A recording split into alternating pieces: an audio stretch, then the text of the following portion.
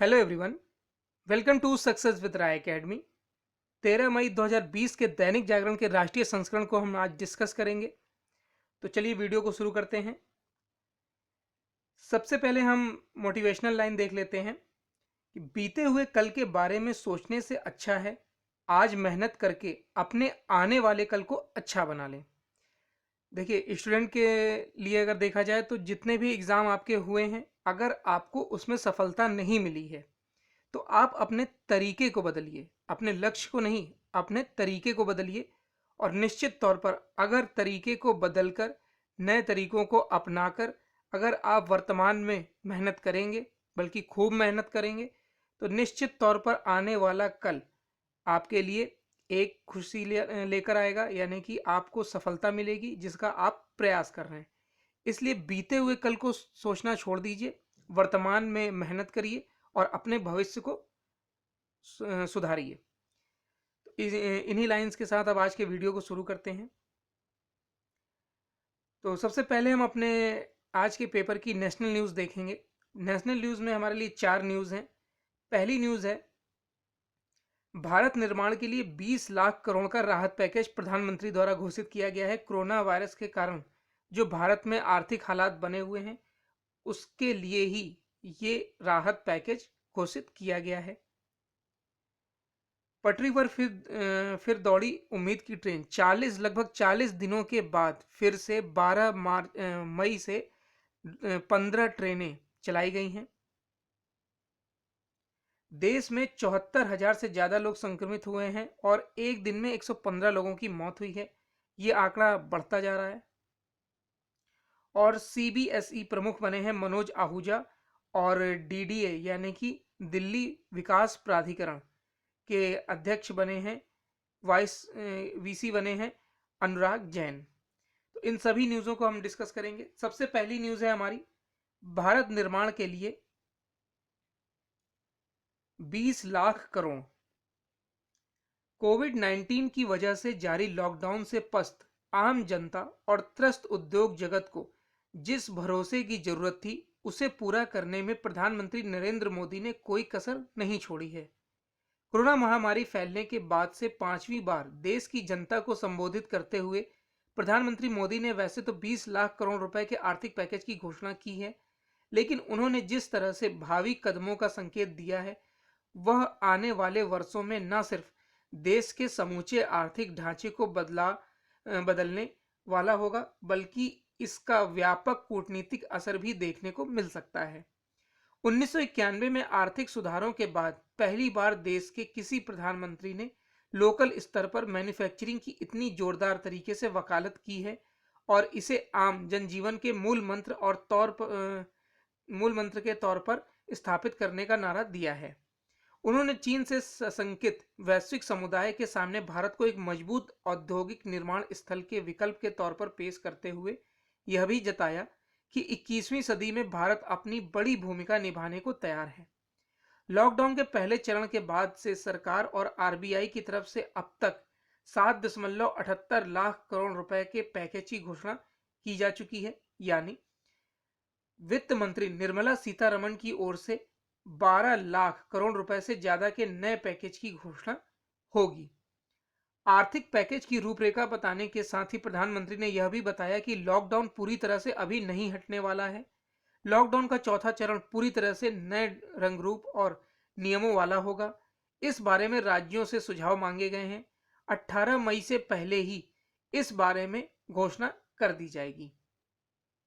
प्रधानमंत्री मोदी ने अपने भाषण की शुरुआत में ही कह दिया था कि विश्व की मौजूदा स्थिति एक ही चीज सिखाती है कि आत्मनिर्भर बने, और भारत इस ओर अग्रसित हो रहा है। यह आर्थिक पैकेज आत्मनिर्भर भारत अभियान की अहम कड़ी के तौर पर काम करेगा। सबको मिलेगा संबल, इसी न्यूज में एक छोटा सा पॉइंट दिया गया है। प्रधानमंत्री ने बताया कि पैकेज देश को आत्मनिर्भर बनाने में अहम भूमिका निभाने वाले कुटीर लघु मझले उद्योगों के साथ ही बड़े उद्यमियों, हर मौसम में दिन और रात परिश्रम करने वाले किसानों एवं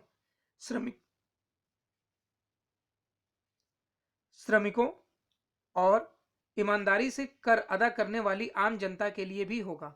प्रधानमंत्री ने स्पष्ट किया कि पूर्व में केंद्र सरकार और आरबीआई की तरफ से घोषित पैकेज की अगर नए पैकेज के साथ मिला दिया जाए तो यह आर्थिक पैकेज तकरीबन 20 लाख करोड़ रुपए का होगा।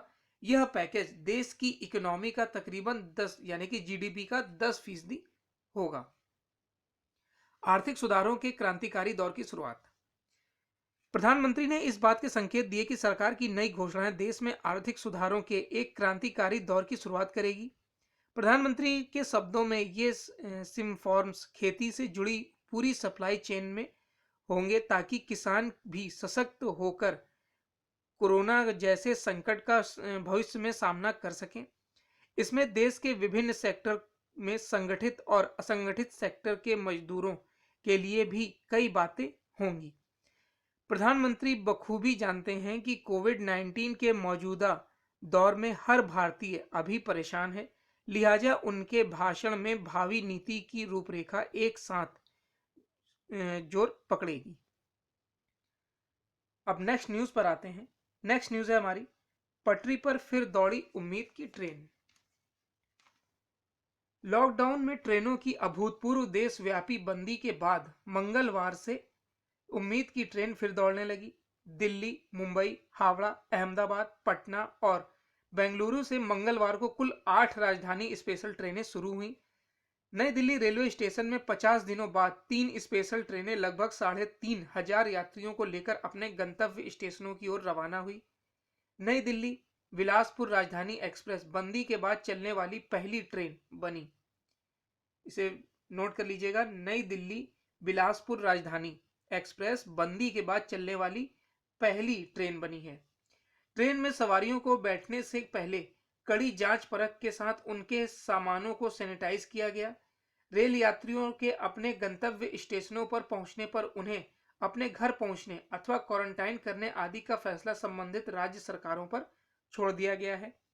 राजधानी दिल्ली से बिलासपुर के लिए छूटने वाली पहली ट्रेन में 741 पीएनआर वाले टिकटों पर कुल 1177 सवारियां यात्रा कर रही हैं, जबकि डिब्रूगढ़ वाली राजधानी एक्सप्रेस में 442 पीएनआर वाले टिकटों पर कुल 1122 यात्री यात्रा कर रहे हैं। स्टेशन तक पहुंचने में यात्रियों की परेशानी को देखते हुए रेलवे जल्द ही ई टिकट के साथ वाहन के नामित ड्राइवर के लिए ई पास भी जारी करेगा। नई दिल्ली रेलवे स्टेशन पर पहाड़गंज साइड से ही यात्रियों के प्रवेश को अनुमति मिली थी। रेलवे के मुताबिक मंगलवार को ही 5 अन्य शहरों मुंबई, हावड़ा, अहमदाबाद, पटना और बेंगलुरु से भी राजधानी स्पेशल ट्रेनों का संचालन प्रारंभ हुआ है। अब नेक्स्ट न्यूज पर आते हैं। देश में 74,000 से ज्यादा लोग संक्रमित और एक दिन में 115 की मौत हुई है। देश में कोरोना वायरस के संक्रमण पर रोक नहीं लग पा रही है। मंगलवार को भी 3400 से ज्यादा नए मामले सामने आए हैं और 115 लोगों की जान चली गई है। संक्रमितों का आंकड़ा 74,000 को पार कर गया है। महाराष्ट्र, गुजरात, तमिलनाडु के साथ ही राजधानी दिल्ली में बढ़े हुए मामलों ने देश के आंकड़े को बढ़ा दिया है।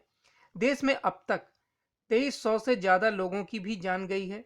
हालांकि केंद्रीय स्वास्थ्य मंत्रालय के मुताबिक इन महामारी से अब तक 2,293 लोगों की मौत हुई है और 70,756 लोग संक्रमित हुए हैं।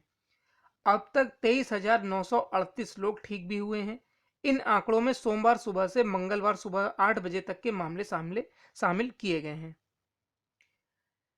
महाराष्ट्र में और 1,026 कोरोना के मरीज मिले हैं और संक्रमितों की संख्या 24,427 तक पहुंच गई है। इनमें से मुंबई में ही 14,500 से ज्यादा मरीज हैं। मंगलवार को भी नए मामलों में 426 मुंबई में ही मिले और 53 में से 28 मौतें भी मुंबई में हुई हैं। राजधानी दिल्ली में भी तेजी से मामले बढ़ रहे हैं। मंगलवार को फिर 406 नए मामले सामने आए और संक्रमितों का आंकड़ा बढ़कर 7,639 हो गया। राजधानी में भी 13 लोगों की मौत हुई, जो एक दिन में राजधानी में अब तक सबसे बड़ी संख्या है। तमिलनाडु में कोरोना का संक्रमण बहुत तेजी से फैल रहा है। पिछले हफ्ते भर में नए मामलों में तेजी का सिलसिला शुरू हुआ था, जो रुकने का नाम नहीं ले रहा है। मंगलवार को 716 नए मामले आए और कुल संक्रमितों की संख्या 7,639 हो गई।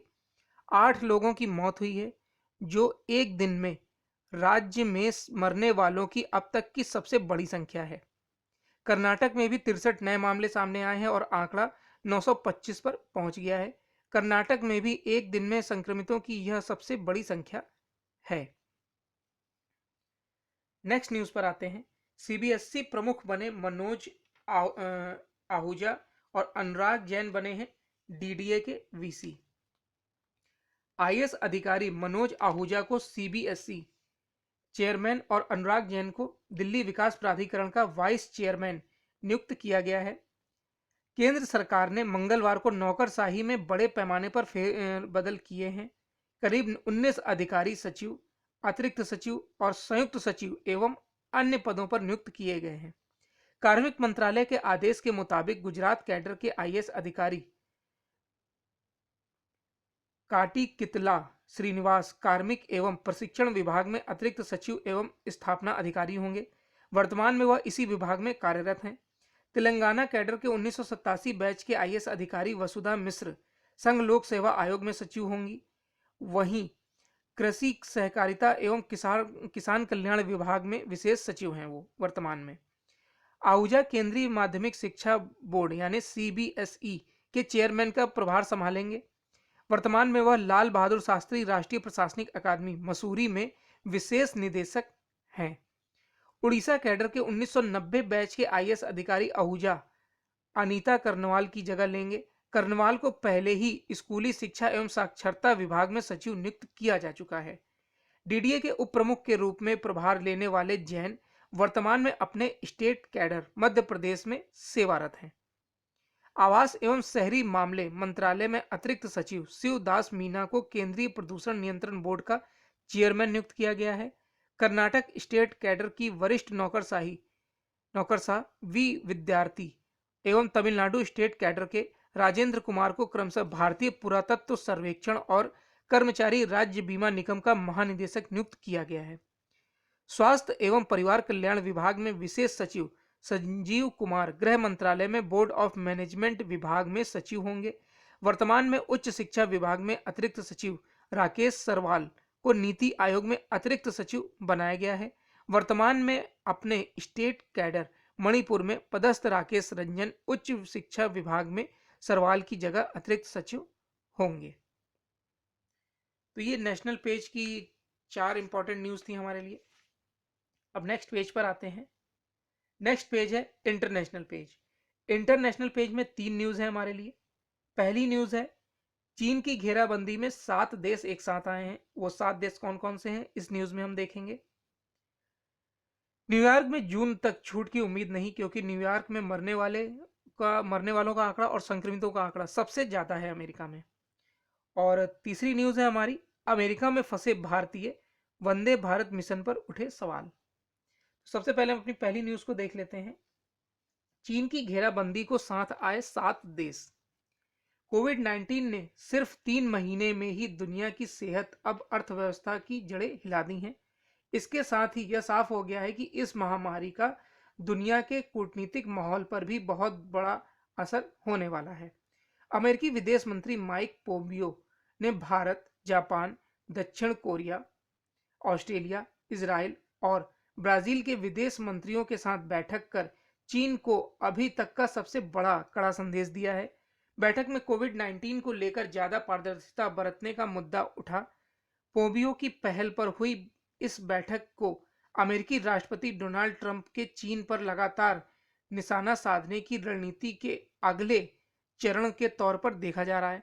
अमेरिकी विदेश मंत्रालय की तरफ से जारी प्रेस विज्ञप्ति के मुताबिक पोम्पियो की भारत समेत 6 देशों के विदेश मंत्रियों के साथ बैठक में कोविड-19 के खिलाफ लड़ाई में अंतर्राष्ट्रीय सहयोग, पारदर्शिता और जिम्मेदारी तय करने के मुद्दे पर चर्चा हुई है। नेक्स्ट न्यूज है न्यूयॉर्क में जून तक छूट की उम्मीद नहीं। अमेरिका में कोरोना की महामारी से सर्वाधिक प्रभावित न्यूयॉर्क सिटी में जून तक लॉकडाउन से छूट नहीं मिलने की उम्मीद है।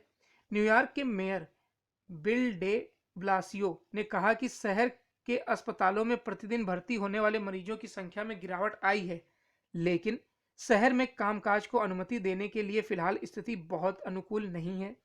उधर न्यूयॉर्क प्रांत की बात करें तो उसके 3 क्षेत्र फिंगर लेन, सर्दर्न टियर और मोहाक वैली रीजन को 15 मई से फिर से खोलने की घोषणा की है। अमेरिका में न्यूयॉर्क प्रांत महामारी से सर्वाधिक प्रभावित रहा है। बीमारी से अब तक यहां पर 26,000 से ज्यादा लोगों की मौत हो गई है। वहीं 3.5 लाख से ज्यादा लोग संक्रमित पाए गए हैं। दुनिया भर में मरने वालों की संख्या का 91,000 से ज्यादा लोग विश्व में मर चुके हैं कोरोना वायरस से, जबकि 43,71,000 से ज्यादा लोग संक्रमित हुए हैं। अब तक 15,70,000 से ज्यादा लोग स्वस्थ भी हुए हैं। कनाडा में अब तक इस महामारी से 5,000 से ज्यादा लोगों की जान जा चुकी है और 70,000 से ज्यादा लोग संक्रमित हुए हैं। इटली में मरने वालों की संख्या कुछ दिनों में स्थिर बनी हुई है, लेकिन मंगलवार को नए मामलों में वृद्धि हुई है। 172 लोगों की मौत हुई है और मरने वालों की कुल संख्या 30,911 हो गई है और इस दौरान 1,402 नए मामले भी सामने आए हैं। रूस में एक दिन में अस्पताल के आईसीयू में आग लगने से 5 कोरोना मरीजों की जलकर मौत हो गई है। सूत्रों के मुताबिक वेंटिलेटर पर पड़े अत्यधिक दबाव के चलते आग लगी। रूस में पिछले 24 घंटे में 10,890 नए मामले सामने आए हैं। 107 लोगों की मौत हुई है, जिसके बाद मृतकों की संख्या 2,116 हो गई है। 15 मई से 24 मई तक स्पेन में आने वाले लोगों को 2 सप्ताह तक क्वारंटाइन में रहना होगा। यह नियम स्थायी नागरिकों समेत सभी तरह के यात्रियों पर लागू होगा। भारत ने कोरोना के खिलाफ लड़ाई में न केवल वैश्विक नेतृत्व का परिचय दिया है, बल्कि मदद में भी अग्रणी भूमिका निभा रहा है। न्यूयॉर्क के महावाणिज्य दूत संदीप चक्रवर्ती ने वर्चुअल बातचीत के दौरान कहा कि भारत का स्पष्ट मानना है कि उसे कोरोना को रोकना है और इसे फैलने नहीं देना है। नेक्स्ट न्यूज है, अमेरिका में फंसे भारतीय वंदे भारत मिशन पर उठ रहे सवाल। H1B वीजा और ग्रीन कार्ड हासिल करने वाले भारतीयों के बच्चे अगर जन्म से अमेरिकी नागरिक हैं तो उन्हें भारत वापस आने से रोका जा रहा है। भारत सरकार द्वारा पिछले सप्ताह नियमों में किए गए संशोधन से यह समस्या खड़ी हुई है। संशोधित नियमों के तहत विदेशी नागरिकों के लिए जारी सभी वीजा और विदेश में रहने वाले भारतीय मूल के लोगों के लिए आईओसी कार्ड वीजा मुफ्त यात्रा को अंतर्राष्ट्रीय यात्रा प्रतिबंध लागू करने तक निलंबित कर दिया गया है। न्यूयॉर्क में रहने वाले पांडे दंपत्ति जैसे कुछ भारतीय नागरिकों के लिए यह दोहरी मार है। नौकरी जाने के 60 दिनों के अंदर इन्हें वापस जाना होगा। इनके 2 बच्चे हैं, जिनमें से एक की उम्र 1 साल और दूसरे की उम्र 6 साल है। दोनों ही जन्म से अमेरिकी नागरिक हैं। दंपत्ति को अपने बच्चों के साथ सोमवार को नेवार्क एयरपोर्ट से घर वापस लौटना पड़ा, क्योंकि वैध भारतीय वीजा होने के बावजूद एयर इंडिया ने उनके बच्चों को उनके साथ भारत ले जाने के लिए टिकट देने से इनकार कर दिया। तो ये इंटरनेशनल पेज की 3 न्यूज थी हमारे लिए। अब नेक्स्ट पेज पर आते हैं।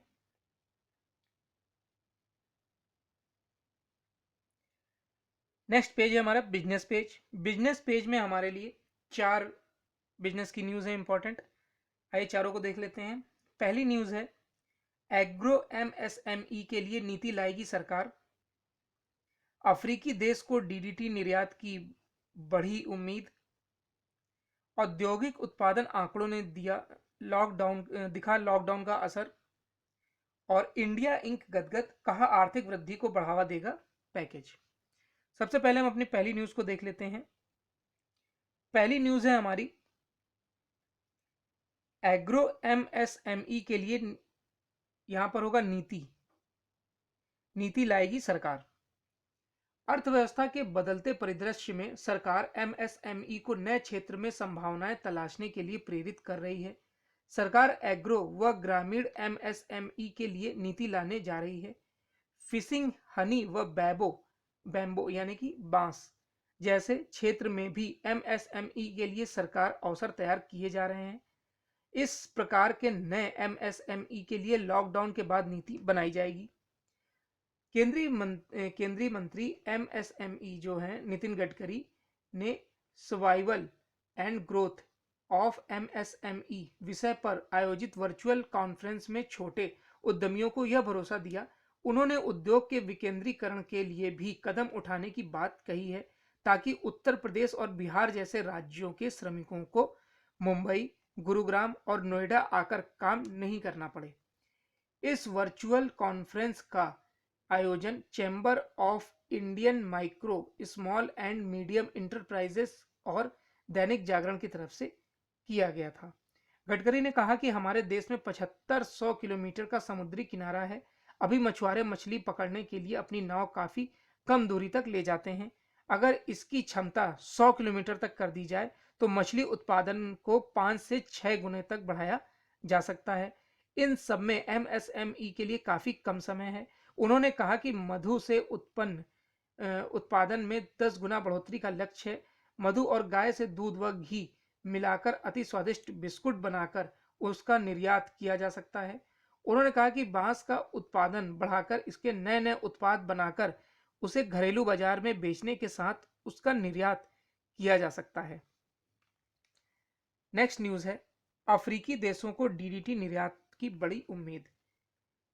कोविड-19 के चलते लागू लॉकडाउन के बीच अफ्रीकी देशों से डीडीटी के बड़े निर्यात ऑर्डर की उम्मीद बढ़ी है। विश्व स्वास्थ्य संगठन यानी डब्ल्यूएचओ ने आने वाले महीने में अफ्रीकी देशों से मलेरिया के प्रकोप की आशंका के साथ चेतावनी जारी की है। इसके लिए मच्छरों को मारने के लिए डीडीटी व अन्य कीटनाशकों की जरूरत पड़ेगी। निर्यात की इन्हीं संभावनाओं के मद्देनजर कीटनाशकों का उत्पादन करने वाली हिंदुस्तान इंसेक्टिसाइड ने दक्षिण अफ्रीकी देशों को अपनी उत्पादन क्षमता व आपूर्ति के बारे में विस्तार से पत्र लिखा है। नेक्स्ट न्यूज है, औद्योगिक उत्पादन आंकड़ों में दिखा लॉकडाउन का असर। कोविड-19 से देश में औद्योगिक क्षेत्र और उद्योग जगत पर क्या असर होगा, इसकी एक वानगी मंगलवार को सरकार की तरफ से जारी एक आंकड़े में मिली है। मार्च 2020 में देश के औद्योगिक उत्पादन में 16.7% की गिरावट दर्ज की गई है। यह तब हुआ है जब मार्च के सिर्फ अंतिम सप्ताह में औद्योगिक व आर्थिक गतिविधियां बंद रही हैं। इससे अप्रैल की स्थिति का अंदाजा लगाया जा सकता है, जब पूरे महीने देश में संपूर्ण लॉकडाउन रहा। मार्च 2019 में देश के औद्योगिक उत्पादन में 2.9% की वृद्धि दर्ज की गई, लेकिन फरवरी 2020 में औद्योगिक उत्पादन वृद्धि दर में 4.5% पहुंचने से जो उम्मीद बंधी थी वह पूरी तरह खत्म होती नजर आ रही है। केंद्रीय सांख्यिकी संगठन की तरफ से जारी आंकड़ों के मुताबिक मैन्युफैक्चरिंग सेक्टर में 20.6% की गिरावट हुई है, जबकि एक वर्ष पहले इस सेक्टर की वृद्धि दर 3% थी। इलेक्ट्रिसिटी सेक्टर में 6.8% की गिरावट हुई है। औद्योगिक मांग नहीं होने की वजह से ही बिजली की मांग भी घट गई है। नेक्स्ट न्यूज है, इंडिया इंक गदगद, कहा आर्थिक वृद्धि को बढ़ावा देगा पैकेज। प्रधानमंत्री नरेंद्र मोदी की ओर से 20 लाख करोड़ रुपए के प्रोत्साहन पैकेज की घोषणा से गदगद भारतीय उद्योग जगत ने इसे समय की जरूरत बताया है। उद्योग जगत का कहना है कि इससे कोरोना महामारी के बाद आर्थिक वृद्धि का मार्ग प्रशस्त होगा। सीआईआई के महानिदेशक चंद्रजीत बनर्जी ने कहा कि प्रधानमंत्री के जो जमीन, श्रम, तरलता और कानूनों के सरलीकरण के बारे में बोलने की हम सराहना करते हैं, जो अर्थव्यवस्था की प्रमुख चुनौतियां हैं। इन चारों क्षेत्रों में सुधार वास्तव में इस संकट काल में आर्थिक वृद्धि के अगले चरण को बढ़ावा देंगे। फिक्की की प्रेसिडेंट संगीता रेड्डी ने कहा कि 5 स्तंभों अर्थव्यवस्था, बुनियाद ढांचा व्यवस्था, जनसांख्यिकी और मांग को मजबूत करने से भारत के उच्च सतत बौद्ध मार्ग पर लौटने का द्वार खुलेगा। उन्होंने कहा कि हम उम्मीद करते हैं कि वित्त मंत्री निर्मला सीतारमण द्वारा घोषित किए जाने वाले पैकेज की रूपरेखा में गरीबों, जरूरतमंदों, एमएसएमई, उद्योग जगत और सामान्य जनों की जरूरतों का ख्याल रखा जाएगा। एसोचैम के महासचिव दीपक सूद ने कहा कि भारत को आत्मनिर्भर बनाने में 5 स्तंभ हमें विश्वसनीय वैश्विक ताकत बनाने की ओर लेकर जाएंगे। उन्होंने कहा कि आर्थिक पैकेज और कृषि कराधान, बुनियादी ढांचा, मानव संसाधन व वित्तीय प्रणाली समेत सभी क्षेत्र में बड़े सुधारों से निवेश आकर्षित होगा और अर्थव्यवस्था में मांग फिर से बढ़ेगी। तो ये बिजनेस पेज की 4 इंपॉर्टेंट न्यूज़ थी। अब नेक्स्ट पेज पर आते हैं।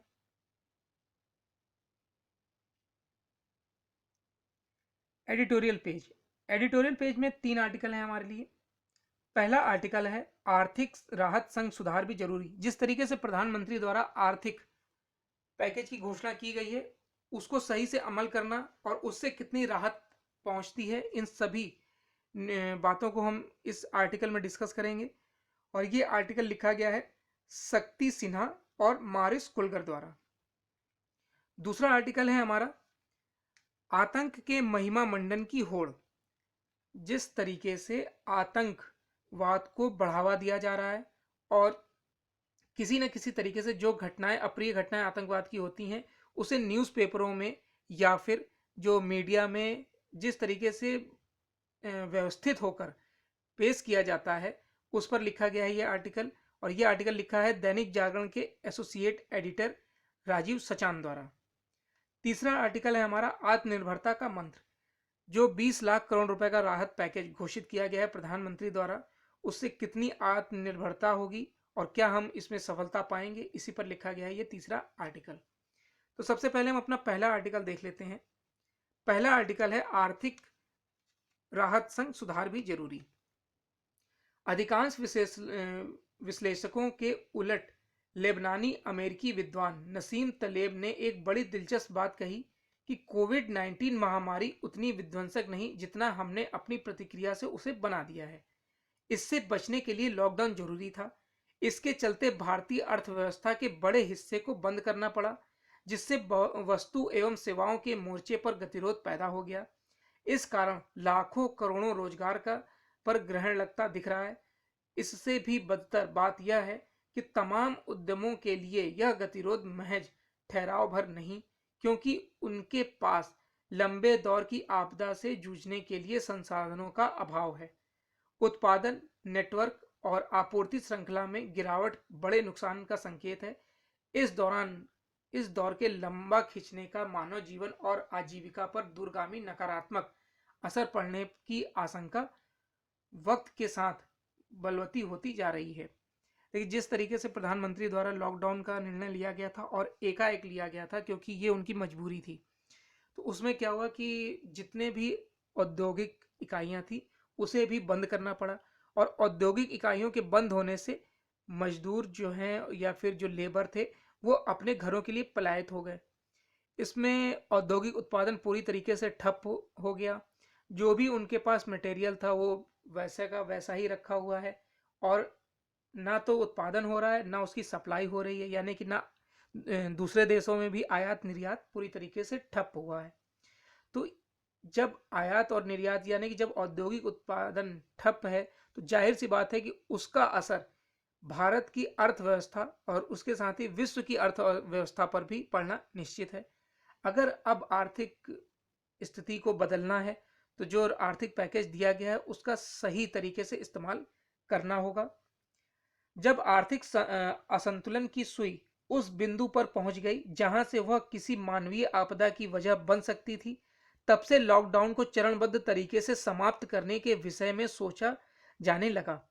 इस रणनीति के तहत कोरोना संक्रमण के लिहाज से देश को 3 भागों रेड, ऑरेंज और ग्रीन जोन में बांटा गया। देश में अभी 130 रेड जोन है, 284 ऑरेंज जोन है और 319 ग्रीन जोन है। हालांकि इसमें समग्रता से समझने की आवश्यकता है कि देश की 40% आबादी रेड जोन में रहती है। देश की जीडीपी में 50% योगदान बैंक खातों में 70% जमा है इनका। कुल कर्ज में 83% हिस्सेदारी है इनकी। इसके उलट ग्रीन जोन में देश की 25% आबादी रहती है। जीडीपी में उनका 19% योगदान है और बैंकों में 10% से भी कम और बैंक कर्ज में 6% से भी कम हिस्सेदारी है। ग्रामीण परिवेश वाले इन इलाकों की आर्थिकी मुख्य रूप से कृषि पर आधारित है और आबादी की उतनी घनी बसावट न होने के कारण यहां संक्रमण का प्रसार सीमित है। इसके फैलने का खतरा भी कम है।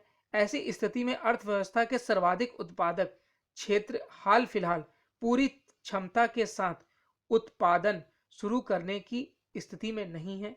ऐसे में सुधार की कोई योजना तैयार करने में भौगोलिक पहलू बहुत चुनौतीपूर्ण है।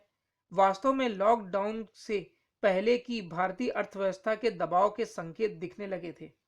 बिजली, ईंधन, कारों, वाणिज्यिक वाहनों से लेकर कर राजस्व की स्थिति में यह स्पष्ट दिख रहा था कि बड़े पैमाने पर रोजगार प्रदान करने वाला कंस्ट्रक्शन सेक्टर पिछले कुछ समय से मुश्किलों में फंसा है। पारंपरिक मौद्रिक नीति के उलट घाटे की भरपाई मौद्रीकरण से की जा सकती है। इसे लेकर डरने की ज्यादा जरूरत नहीं है, क्योंकि जब मांग रसातल में हो तो मुद्रास्फीति के भी सिर उठने के आसार कम होते हैं। कुछ तत्कालिक कदमों से इतर ढांचागत सुधारों की ओर भी कदम बढ़ाना होगा, जैसा कि आयकर और जीएसटी ढांचे में सुधार के साथ ही उनमें पारदर्शिता प्राथमिकता होगी। सरकारी खरीद और समय से भुगतान न केवल उद्योगों बल्कि सरकारी और निजी क्षेत्र को अपनी शोध एवं विकास क्षमताएं भी बदलनी होंगी, ताकि गुणवत्ता में भारत की धाक और बढ़ सके। कोरोना वायरस जनित आपदा बैंकिंग क्षेत्र में सुधारों का भी अवसर बनाना चाहिए। इसके लिए बेसल से लेकर एनपीए प्रावधानों में अपेक्षित बदलाव लाए जाएं। आरबीआई बैंकों को अधिक कर्ज देने के लिए प्रोत्साहित करे। अधिक निवेश भारत की उत्पादकता बढ़ाने में मदद होगी। इससे जहां मध्यम वर्ग को राहत मिलेगी, वहीं गरीबों की परिधि भी घटेगी। निश्चित रूप से चुनौतियां बेशुमार हैं, लेकिन उनका तोड़ निकालने के लिए कोई कसर बाकी नहीं छोड़ी जानी चाहिए। जिस तरह इस समय भारत ही नहीं पूरा विश्व आर्थिक मंदी की चपेट में आ रहा है। अगर पैकेज की घोषणा तो की गई है, लेकिन अगर औद्योगिक इकाइयां नहीं चलाई गई तो ये स्थिति और भयावह हो सकती है। जो मजदूर पलायन कर गए हैं या और फिर जो अभी बच गए हैं, यानी कि जो रह रहे हैं उन्हीं शहरों में, निश्चित तौर पे उन्हें रोजगार फिर से मिल जाएगा। और अगर उत्पादन बढ़ा, आर्थिक स्थितियां ठीक हुई, कोरोना वायरस पर नियंत्रण पा लिया गया, तो जो लोग पलायन करके अपने घरों को जा चुके हैं, तो जल्दी आना तो मुश्किल है उनका, लेकिन निश्चित तौर पर वो एक समय बाद वापस आएंगे और औद्योगिक इकाइयां, उद्योग फिर से उसी तरीके से रफ्तार पकड़ेगा जिस तरीके से भारत अभी तक आर्थिक विकास के मोर्चे पर सुदृढ़ ढंग से बढ़ रहा था। नेक्स्ट न्यूज आर्टिकल है हमारा, आतंक के महिमा मंडन की होड़। इसकी कल्पना नहीं की जा सकती है कि रियाज नायुक सरीखे दुर्दांत और 12 लाख के इनामी आतंकी का परिचय इस रूप में भी हो सकता है कि वह गणित का लोकप्रिय शिक्षक था। लेकिन कई समाचार माध्यमों ने ऐसा ही किया है। एक ने लिखा कि गणित के शिक्षक से विद्रोही बने रियाज को भारतीय सुरक्षा बलों ने ढेर किया, तो एक अन्य ने लिखा कि वह पेंटिंग का भी शौकीन था। यह कुछ वैसा ही पत्रकारिता शरारत थी जैसे ओसामा बिन लादेन के मारे जाने के बाद कोई समाचार माध्यम यह लिख रहा था कि अमेरिकी सेना ने एक ऐसे काबिल इंजीनियर को ढेर कर दिया जो हवाई जहाजों के साथ अनोखे प्रयोग करता दिख रहा था। पाकिस्तानी पोषित आतंकी संगठन हिजबुल मुजाहिदीन के दुर्दांत सरगना रियाज के बारे में यह भी लिखा गया कि उसने 12वीं की परीक्षा में इतने अंक हासिल किए थे और बच्चों को मुफ्त ट्यूशन भी पढ़ा दिया करता था। निसंदेह इसका भी जिक्र था कि वह पुलिस और सुरक्षा बलों पर हमलों के साथ कश्मीर में कई प्रवासी मजदूरों की हत्या का भी जिम्मेदार था। पर कोई भी समझ सकता है कि इन सातिर समाचार माध्यमों का असल इरादा उसका मानवीकरण करना और उसके मूलभूत जो मूलतः भला मानुस बताना था। यानी कि जिस तरीके से समाचार पत्रों में रियाज नायुक को एक आतंकी नहीं, एक समाज सुधारक बताया जा रहा है, यानी कि विद्रोही बताया जा रहा है। देखिए, आतंकवाद होता है, उसे विद्रोही नहीं बताया जा सकता है। तो ये आज का जो मीडिया है वो किसी न किसी तरीके से आतंकवाद की महिमा मंडन करने में जुटा हुआ है। पश्चिमी समाचार माध्यमों का भारत के प्रति द्वेष किसी से छिपा नहीं है। अब तक तो यह द्वेष बिना किसी लाज शर्म के खुलकर प्रकट किया जाने लगा है। कोरोना कहर के दौरान पश्चिमी के कई समाचार माध्यम इससे बेचैन हो उठे हैं कि आखिर भारत में इतनी कम मौतें क्यों हो रही हैं।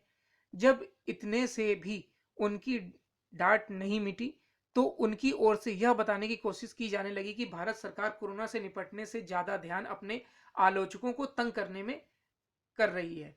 अब तक तो इस ईर्ष्या को पुरस्कृत भी किया जाने लगा। जम्मू कश्मीर के 3 फोटोग्राफरों को पुलित्जर अवार्ड देने की घोषणा भारत विरोधी मानसिकता को पुरस्कृत किए जाने का ताजा उदाहरण है। यह पुलित्जर चयन समिति की उस टिप्पणी से और साफ हो गया जिसमें कश्मीर को भारत नियंत्रित और विवादित क्षेत्र बताया गया है। जैसे पुलित्जर चयन समिति ने भारत के प्रति अपने द्वेष को छिपाने की जहमत नहीं उठाई, वैसे ही पश्चिम के समाचार माध्यम भी नहीं उठाते हैं। वे ऐसा करके केवल भारत के प्रति अपने कलुष को ही रेखांकित नहीं करते, बल्कि उन तत्वों का दुस्साहस भी बढ़ाते हैं जो भारत विरोधी और भारत सरकार के विरोध को एक ही बात समझते हैं। तीसरा आर्टिकल है हमारा आत्मनिर्भरता का मंत्र। प्रधानमंत्री ने राष्ट्र को संबोधित करते हुए 20 लाख करोड़ रुपए के आर्थिक पैकेज की घोषणा करके देश को केवल चौंकाया ही नहीं, बल्कि यह संदेश भी दिया कि उन्होंने इस बड़े पैकेज के जरिए आपदा को अवसर में बदलने के लिए कमर कस ली है। इसलिए उन्होंने इस पैकेज को आत्मनिर्भर भारत अभियान नाम दिया है। इसका सीधा अर्थ यह है कि वह आर्थिक पैकेज के जरिए केवल पस्त पड़े कारोबार जगत को संकट से उबारने ही नहीं जा रहे हैं, बल्कि देश की संपूर्ण अर्थव्यवस्था का कायाकल्प करने की तैयारी कर रहे हैं। यह पैकेज कारोबार जगत के साथ साथ आम जनता का भी मनोबल बढ़ाने वाला साबित होने वाला है। निसंदेह बीते कुछ दिनों में आर्थिक पैकेज की घोषणा की बेसब्री से प्रतीक्षा की जा रही है, क्योंकि इससे पहले सरकार और रिजर्व बैंक की ओर से जो राहत दी गई थी वह कोरोना वायरस के संक्रमण से उपजे भीषण संकट को देखते हुए अपर्याप्त थी। एक और आर्थिक पैकेज की उम्मीद के बावजूद इसकी अपेक्षा शायद ही किसी को हो रही होगी कि वह जीडीपी के 10% के बराबर होगा और पिछले दोनों पैकेजों को मिलाकर उसकी कुल राशि 20 लाख करोड़ रुपए हो जाएगी। जीडीपी के मुकाबले इतना भारी भरकम पैकेज तो कई विकसित देशों ने भी नहीं दिया है। तो ये एडिटोरियल पेज के 3 इंपॉर्टेंट न्यूज थी। अब नेक्स्ट पेज पर आते हैं। नेक्स्ट पेज है हमारा स्पोर्ट्स पेज। स्पोर्ट्स पेज में एक न्यूज है हमारे लिए। वो न्यूज है कि फीफा अंडर 17 महिला विश्व कप अगले साल भारत में होगा। कोविड-19 के कारण स्थगित कर दिया गया फीफा अंडर 17 महिला विश्व कप अब अगले साल भारत में ही 17 फरवरी से 7 मार्च के बीच आयोजित होगा। विश्व फुटबॉल की सर्वोच्च संस्था फीफा ने महामारी से पैदा हुई परिस्थितियों का गहन आकलन करने के बाद मंगलवार को यह फैसला किया है। पहले इस टूर्नामेंट का आयोजन इस साल 2 से 21 नवंबर के बीच होना था, लेकिन विश्व भर में कोरोना के प्रकोप के कारण पिछले महीने इसे स्थगित कर दिया गया था। फीफा ने घोषणा की कि टूर्नामेंट के मूल पात्रता मानदंड बने रहेंगे और इस तरह से उसने 1 जनवरी 2003 या उसके बाद और 31 दिसंबर 2005 या उसके पहले जन्मे खिलाड़ियों को इसमें भाग लेने की छूट दे दी है। अब आज के पॉइंट्स देख लेते हैं। पहला पॉइंट है, भारत निर्माण के लिए प्रधानमंत्री द्वारा 20 लाख करोड़ रुपए के आर्थिक पैकेज की घोषणा की गई है। चीन की घेराबंदी को साथ आए हैं 7 देश। ये 7 देश कौन कौन से हैं? ये 7 देश हैं भारत, जापान, दक्षिण कोरिया, ऑस्ट्रेलिया, इजराइल और ब्राजील। फीफा अंडर 17 महिला विश्व कप कोविड-19 के कारण अगले साल 17 फरवरी से 7 मार्च के बीच आयोजित किया जाएगा। और सीबीएसई प्रमुख बने मनोज आहूजा अनुराग जैन बने हैं विकास प्राधिकरण के अध्यक्ष। सीबीएसई के प्रमुख बने हैं मनोज आहूजा और दिल्ली विकास प्राधिकरण यानी डीडीटी के अध्यक्ष बने हैं अनुराग जैन।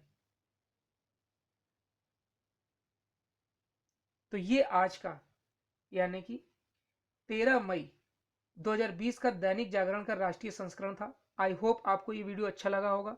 अगर आपको ये वीडियो अच्छा लगा हो तो लाइक और शेयर कर दीजिएगा। वीडियो देखने के लिए धन्यवाद।